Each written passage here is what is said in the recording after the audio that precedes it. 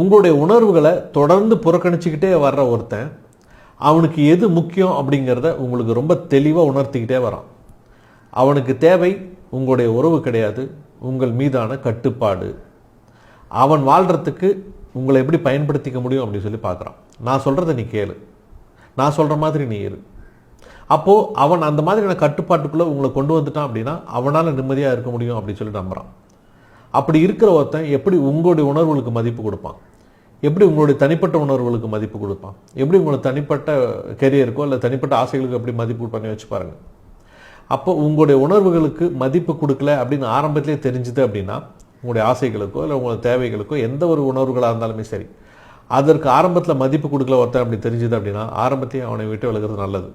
அப்படி இல்லை அவன் மறுபடியும் உங்களோட உறவுக்குள்ள வரத்துக்கு ஆசைப்படுறான் அப்படின்னா அவன் உங்களை கட்டுப்படுத்தணும்னு மட்டும் தான் நினைக்கிறானே தவிர உங்களுடைய உணர்வுகளுக்கு அங்கே பெரிய வேலையே இருக்காது. இதை புரிஞ்சுக்கிட்டீங்க அப்படின்னா வாழ்க்கை உங்களுடையது. மீண்டும் அடுத்த சந்திக்கிறேன்.